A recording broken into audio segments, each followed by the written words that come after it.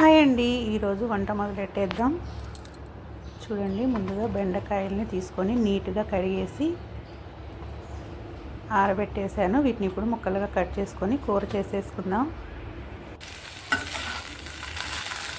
చూడండి, బెండకాయ కూర రెడీ చేస్తున్నాను.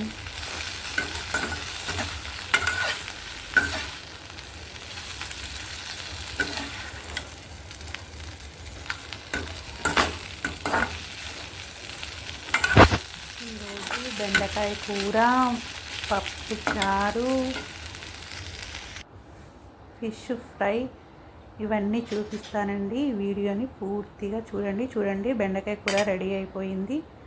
ఒక బౌల్లోకి తీసేసి పక్కన పెట్టేసాను. చూడండి, ఎంత కొంచెం వండాను, ఎందుకంటే ఇంకా వేరే కూరలు కూడా చేస్తున్నాను కాబట్టి దీన్ని కొంచెమే వండాను. ఈ వీడియో పూర్తిగా చూసారంటే మీకు ఇంకా కూరలు చూపిస్తాను. చూడండి, ఇదిగోండి ఫిష్ ముక్కలు. ఈ ఫిష్ ముక్కల్ని ఇప్పుడు మనం నాన్ స్టిక్ ప్యాన్లో కొంచెం అంతా ఆయిల్ వేసానండి. మరి డీప్ ఫ్రై చేయకుండా ఒక 2-3 గరిటెల ఆయిల్ వేసేసి అందులో ఈ ముక్కలు వేసాను. ఒక 7 పీసెస్ అండి. అంటే ముందు ఆయిల్ హీట్ అవ్వగానే ఈ ముక్కలన్నీ వేసేసి ఇలా మూత పెట్టి ఉంచేసాను. ఇలా కొంచెం మగ్గిపోయిన తర్వాత ఇంకా మూత పెట్టొద్దండి. మూత తీసి ఇంకా వీటిని ఫ్రై చేసుకోవాలి. చూడండి, ఇలా తిప్పేసుకుంటున్నాను, కానీ ఇంకా వేగలేదండి. ఒకవైపు ఇంకొంచెం వేగిన తర్వాత తిప్పేసుకుందాం. ఈలోపు మనం చారుకి కొంచెం అంతా కందిపప్పు తీసుకొని ఇలా నీట్గా కడిగేసుకొని ఈ కందిపప్పుని ఉడికించుకుందాం. టమాటాలు, సొరకాయ ముక్కలు రెడీగా పెట్టేసుకున్నాను. చూడండి, కందిపప్పుని కడిగేసి స్టవ్ మీద పెట్టేశాను. చూడండి, మన ఫిష్ ముక్కలు చక్కగా వేగిపోయాయి. ఒకవైపు వేగాయండి, ఇంకొక వైపు తిప్పి వేసాను.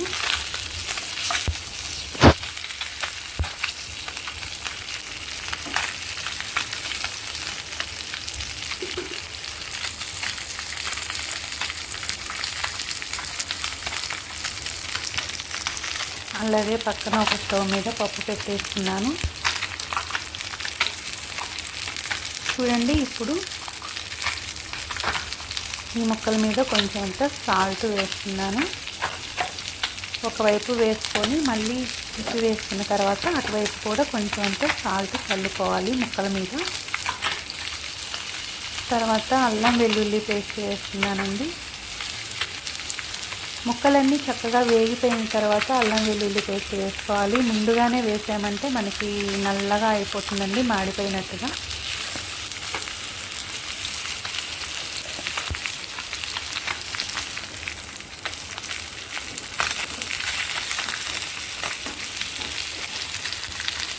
చూడండి, ఇలా ముక్కలకి సరిపోయిన కొంచెం అంతా రాసేసి వాటిని మళ్ళీ తిప్పి వేస్తున్నాను.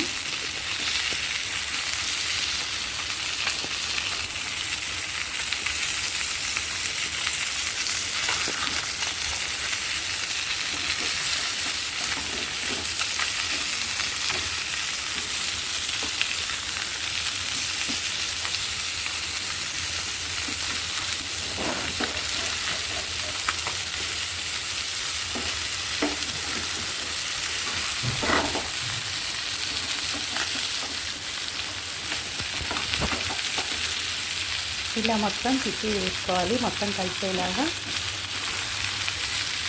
వేసుకున్న తర్వాత దీని మీద తగినంత కారం కూడా లైట్గా ఇలా ఏదైనా కానీ చేతితో తీసుకొని చల్లుతున్నానండి. కొన్ని సార్లు స్పూన్తో చల్లటం వీలు కాదు. మనం చేతితో తీసుకొని ప్రతి ఒక్క మొక్క మీద ఇలా చల్లుకున్నామంటే చక్కగా పడుతుంది. చూడండి, ఉప్పు, అల్లం వెల్లుల్లి పేస్ట్ వేసాను. మళ్ళీ ఇటువైపు తిప్పి కూడా కొంచెం అంతా ఉప్పు వేసేసుకుంటున్నాను.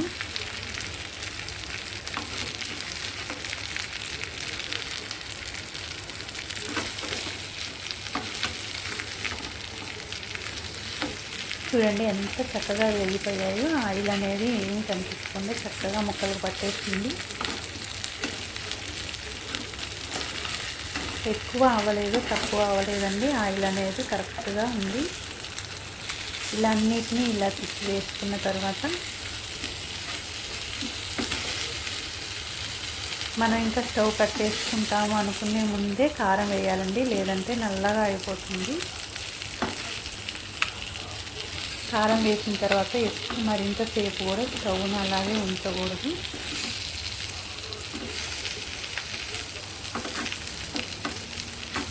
ముక్కలన్నీ చాలా పర్ఫెక్ట్గా వేగిపోయాయి. మనం పప్పుచారు పెట్టుకుంటున్నాం కదా సాంబార్లోకి, ఈ బెండకాయ ఫ్రై, ఈ ఫిష్ ఫ్రై పెట్టుకొని తిన్నామంటే నందిది చాలా బాగుంటుందండి. చూడండి, ఇప్పుడు తగినంత కారాన్ని ఇలా ఒకవైపు చల్లుకొని మళ్ళీ రెండో వైపు కూడా తిప్పి వేసుకోవాలి. స్పూన్తో వేసిన దానికన్నా చేయితో వేస్తేనే చాలా పర్ఫెక్ట్గా పడుతుందండి, అంతా కలిసేలాగా పడుతుంది.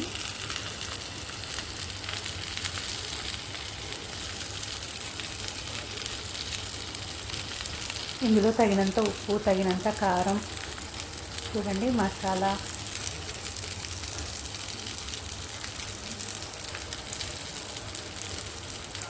కలుపుకొని ఒక నిమ్మ చెక్కని, ఒక నిమ్మకాయ ముక్క రసం పిండేసుకోవాలి.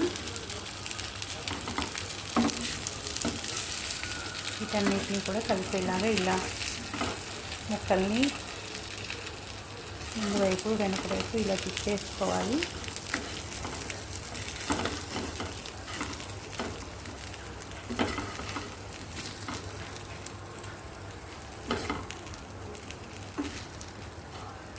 చాలా టేస్టీగా ఉంటుందండి చేపల ఫ్రై. ఇలా చేసామంటే చక్కగా ఉప్పు, కారం, అల్లం వెల్లుల్లి పేస్ట్, మసాలా అన్నీ ముక్కలకు పట్టి మనం తింటూ ఉంటే అసలు ఎంతో టేస్టీగా ఉంటుంది. డీప్ ఫ్రై చేసిన దానికన్నా కూడా ఇలా వేయించుకున్న ముక్కలు, ఫిష్ ముక్కలు చాలా టేస్టీగా ఉంటాయండి. చూడండి, ఒక చిటికెడు మెంతు పొడి కూడా వేస్తున్నానండి. మెంతుల వేయించి పొడి చేసిన పొడి ఇది, ఒక చిటికెడండి. మెంతి పొడి వేసేసుకొని స్టవ్ కట్టేసుకోండి. స్టవ్ కట్టేసుకున్న తర్వాత మనం ఇప్పుడు నిమ్మకాయని పిండేసుకుందాం. మనకి ఆ ఉన్న వేడి సరిపోతుంది. నిమ్మకాయ పిండేసుకున్నామంటే మనకి ఎంతో టేస్టీగా ఉండే ఫిష్ ఫ్రై రెడీ అయిపోయినట్టేనండి.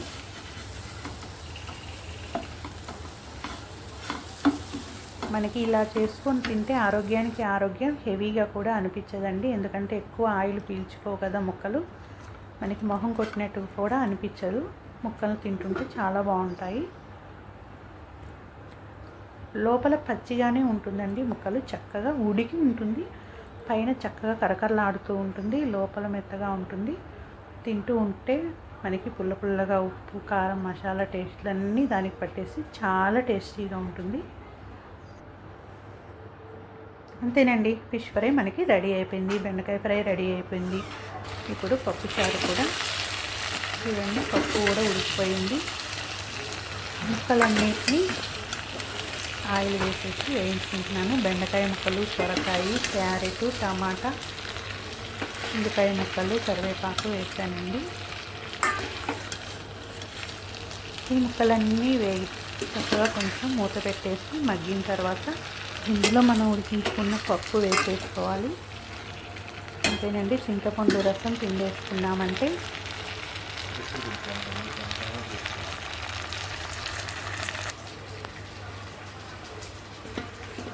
చూడండి పప్పు ఎలా ఉడికిపోయిందో. పప్పులో కొంచెం అంత పసుపు, కరివేపాకు వేసి ఉడికించుకున్నానండి. చూడండి ఎలా మెత్తగా ఉడికిపోయిందో. చింతపండు రసం కూడా నానబెట్టేసి పక్కన పెట్టేసుకున్నాను. చూడండి, మన బెండకాయ ఫ్రై రెడీ అయిపోయింది. ఫిష్ ఫ్రై రెడీ అయిపోయింది. పప్పుచారు కూడా మరుగుతున్నాయండి. ఇందులో మనం ఉడికించిన పప్పు వేసేసుకొని చింతపండు రసం పిండేసుకున్నాను.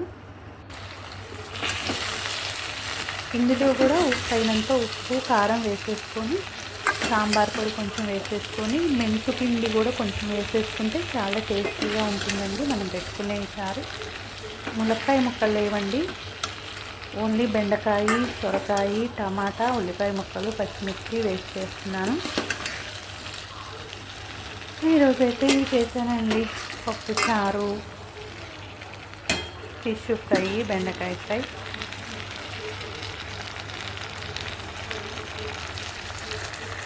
ఇవన్నీ చేసేసరికి చాలా టైం పట్టిందండి.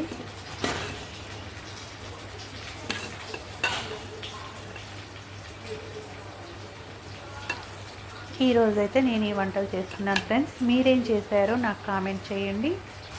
మీరు ఎప్పుడైనా ఇలా చారు పెట్టేసి ఫిష్ ఫ్రై, బెండకాయ ఫ్రై ఇలా చేసేసుకుంటారేమో నాకు కామెంట్ చేయండి ఫ్రెండ్స్. మీరు కొత్తగా నా ఛానల్ని చూస్తున్న వారైతే సబ్స్క్రైబ్ చేసుకోండి, షేర్ చేయండి, లైక్ చేయండి, కామెంట్ చేయండి. నా పప్పు చారు, ఫిష్ ఫ్రై, బెండకాయ ఫ్రై ఎలా ఉందో కామెంట్ చేయండి ఫ్రెండ్స్.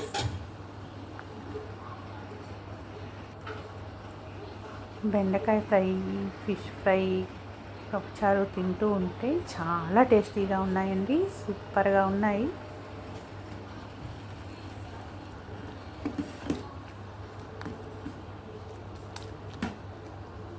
పప్పుచారు కూడా చాలా టేస్టీగా కుదిరిందండి.